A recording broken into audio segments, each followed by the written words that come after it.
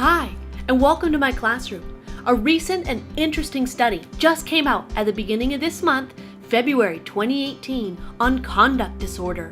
It's titled Conduct Disorder and Callous Unemotional Traits, Preliminary Results of a School-Based Pilot Training Program. Let's take a closer look. First, let's look at what conduct disorder is and why it's important.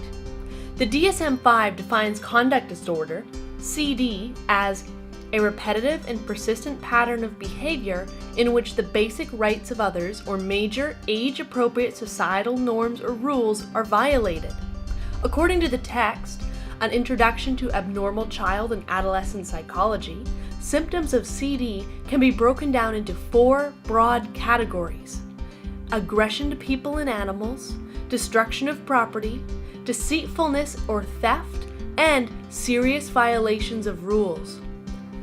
According to the CDC, Center for Disease Control, approximately 3.5% of children between the ages of 3 and 17 have been diagnosed with a behavioral or conduct problem.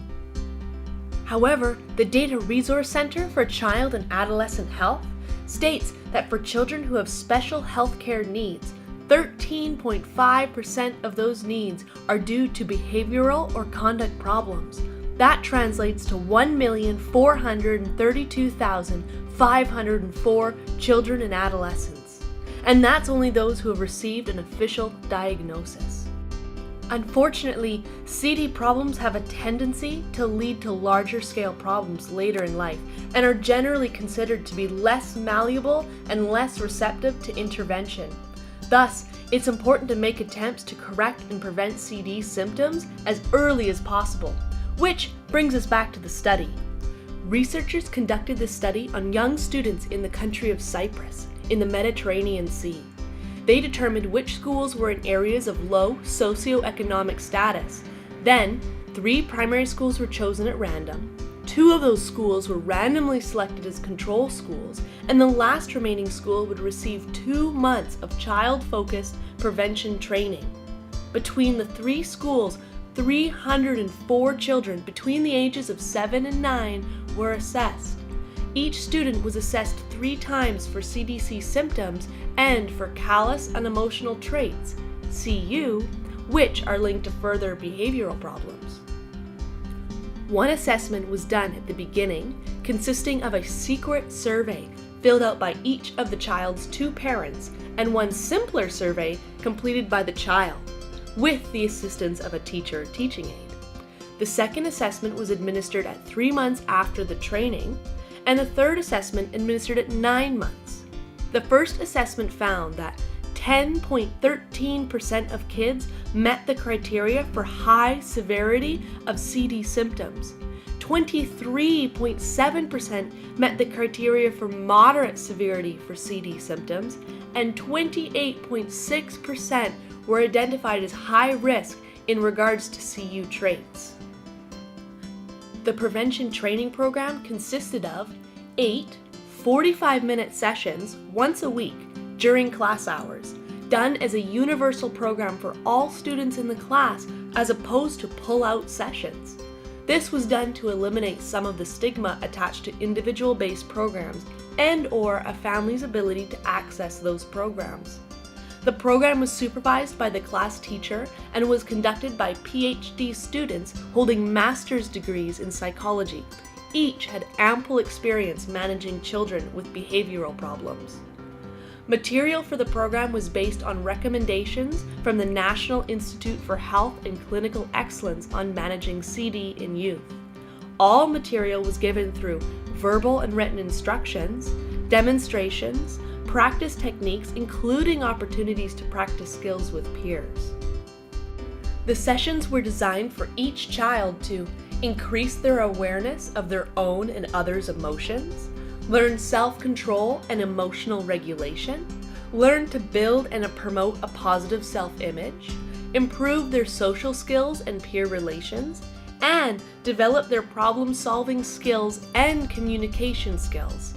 While the overall objective of the study was to examine the effectiveness of a novel school-based prevention program in reducing CD symptoms and CU traits, by improving positive social learning, emotional awareness, and reducing hostile behavioral responses. According to the study's research, this was the only study to administer a prevention program within a school setting that dealt with both CD symptoms and CU traits, and to investigate whether CU traits could change based on a school-based and child-focused training program. In the end, although students at all 3 schools had very similar assessments prior to the study, the students who had taken the prevention training had a significant reduction in CD symptoms and CU traits at the 9-month assessment. After training, students also scored lower in impulsivity and rated friend support higher. Although boys tend to exhibit a greater frequency of CD symptoms, this study found that both girls and boys were influenced equally and positively. In the end, this study highlights the importance of prevention efforts, noting that prevention efforts tend to cost much less than other types of treatment and intervention. Also highlighting the malleability of CD symptoms and CU traits in young children and the ability for those traits to change. Thus, the importance of prevention training early in childhood development that enhances a child's individual emotions, social, and behavioral skills.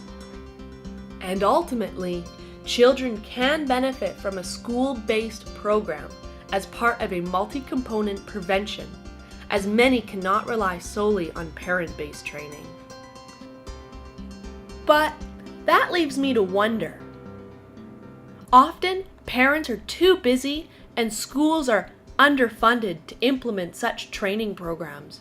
And in the public eye, behavioral problems are still considered to be an individual problem affecting a small percentage. Yet, there doesn't appear to be any negative scientific consequences to prevention training. However, there is a potential backlash from parents perceiving that such a program is too sensitive or too emotional and distracts students from the hard academics or sports. How do we help psychologists diminish the stigma of such training and help parents see that such training could be beneficial for the majority of children rather than only beneficial for children with an officially diagnosed behavioral disorder? What are your thoughts?